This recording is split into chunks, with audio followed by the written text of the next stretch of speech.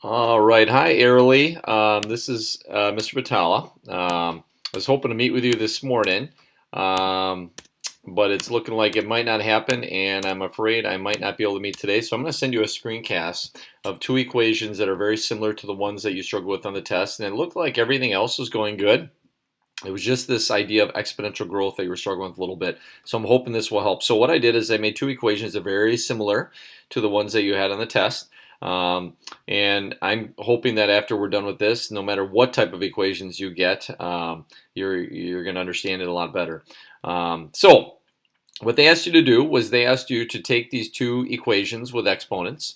And part of the problem was they wanted you to create a table. And they said they wanted you to create a table from the ranges -3 to 3, which simply meant, and I believe you even wrote that in your email, they just want you to plug these numbers in for x. But because of that little negative guy before the x, we just have to pay close attention to what that does when I throw a negative in for the x.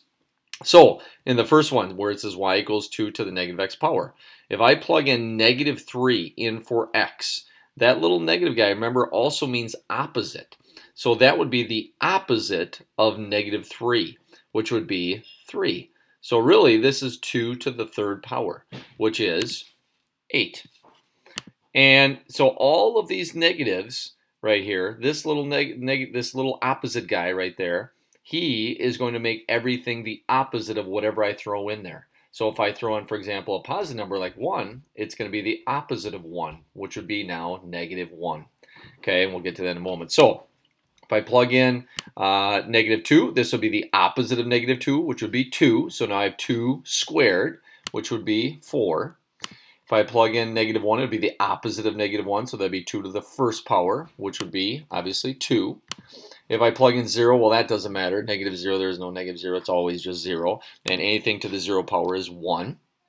And so now I'm going to get to the positive number. So now when I put in a positive number, the opposite of a positive would be negative. So the opposite of 1 would be -1. And hopefully remember the rules of exponents. When I have a negative power, I flip the base here. So this is going to become 1 over 2, and then the exponent becomes positive. So this would be 1 over 2 to the first power, or simply 1/2. And next, if I plug in the opposite of 2, so I'm going to plug in 2 for x. So the opposite of 2 is -2, so I'm going to have 1 over 2 squared, or simply 1/4. If I plug in 3, -3, so it's going to be 1 over 2 to the third power, which would be 1 over 8. And if you can picture, if I keep going with this, you're going to see that the numbers are going to get smaller and smaller and smaller. And so really cool graphing tool that I want to show you is something called Desmos that is free. So if you type in desmos.com, you'll get this graphing calculator. And when you get this, this will pop up where it's just blank, and I can type in any equation I want. So I'm going to type in the equation that we were just working on. So y equals 2, I come down here, here's my little exponent key, to the negative x power. And you will see, look at what happens here. So I'm starting over here, and notice that, and also, first of all, notice my x values are negative over here. Notice it's bigger. And as I go to the positive, notice the numbers get smaller and smaller and smaller. I'm getting closer and closer to that x-axis. And that's what's happening there. So we can actually literally see it. Okay, so I'm going to go back now to the table, and we'll come back to that graph in a moment. Okay, so now this one's a little tricky because they threw in that -1. So now I'm going to plug in that -3. Remember, I have that opposite again right there. So I'm going to have the opposite of -3, which would be 3. So I have 3 to the third power. So I know 3 squared is 9. 3 to the third power would be 27. Okay, so now I have 27 minus 1. Oh my gosh. So now I got 3 to the 26th power. Now this is where, again, get out your calculator, punch that in, and I'm going to do that right now just to show you. We're not going to sit and try to get that. So I have 3 to the 26th power. And if you didn't see what I just put there, this little XY guy, that's my exponent key. And that's going to be, oh, look at that big, huge number. So just so you know, I'm not going to give you anything that huge. So just for time's sake, I'm going to put in 254,000, even though that's not really what it is. It's way bigger than that. Okay. Now when I put in -2, so that would be the opposite of 2. So now I have 3 squared, which is, so, I'm sorry, not 3 squared. I'm going to have 2 up here. So the opposite of -2 is 2. 2 minus 1 is 1. And so now, oh, and you know what, Airly? Man, it's like a Monday. I got to go back on this. What am I thinking? And hopefully you were thinking the same thing. I did this incorrectly here. So when I plugged in -3, notice I used the base right away, and I did that. I shouldn't have done that. I have to do all this work up here first. So if I plug in -3, this is the opposite of 3, and 3 minus 1 is 2. And so now I have 3 squared. Oh my gosh. Thank you for drawing that to my attention. Or I guess I did that myself. Anyway, so I thought that seemed kind of unreasonable. All right, so now when I plug in -2, I have the opposite of -2, which is 2. 2 minus 1 is 1. So 3 to the first power is 3. And again, notice I'm going down, and you can visualize this on the graph, what that's doing. Okay, when I plug in -1, the opposite of -1 is 1. 1 minus 1 is 0. And anything to the 0 power is 1. When I plug in 0, again, I ignore the negative now, it's just 0. 0 minus 1 would be -1. And remember, when I have a negative exponent, I have to flip it. So now it's 1 over 3 to the first power, which would just simply be 1/3. When I plug in 1, -1 minus 1. Now you can see how in pre-algebra all that work with integers and positive negatives is so important. It's coming back again.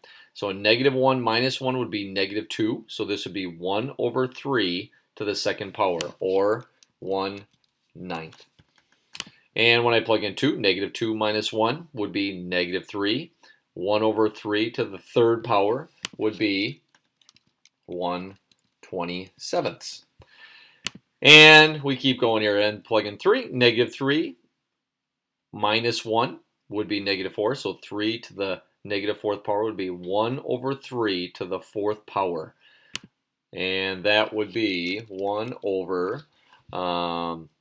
I gotta even think here. So it's 81. There we go.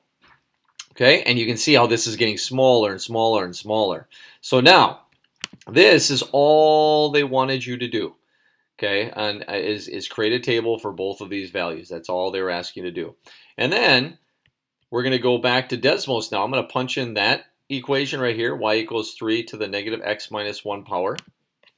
Okay, so I'm going to add, all I have to do is hit the return button, then I can get that. So y equals 3, and I want this. And now I learned this little trick. When I want to punch in all that -x minus 1 stuff, I have to use parentheses. Otherwise, it won't let me put all that in there. Okay, so now, if you look back at the tables, notice how they're really similar, right? 8, 9, 4, 3, 1, 1, then they start getting smaller and smaller and smaller. Well, now if we look at the graph of these, notice how similar they are. And so the question on the test was, well, how would I solve these graphically? How would I find out the values that I can plug in for x and y that will satisfy both of these equations? Well, that is right here. I can literally find the point where they intersect.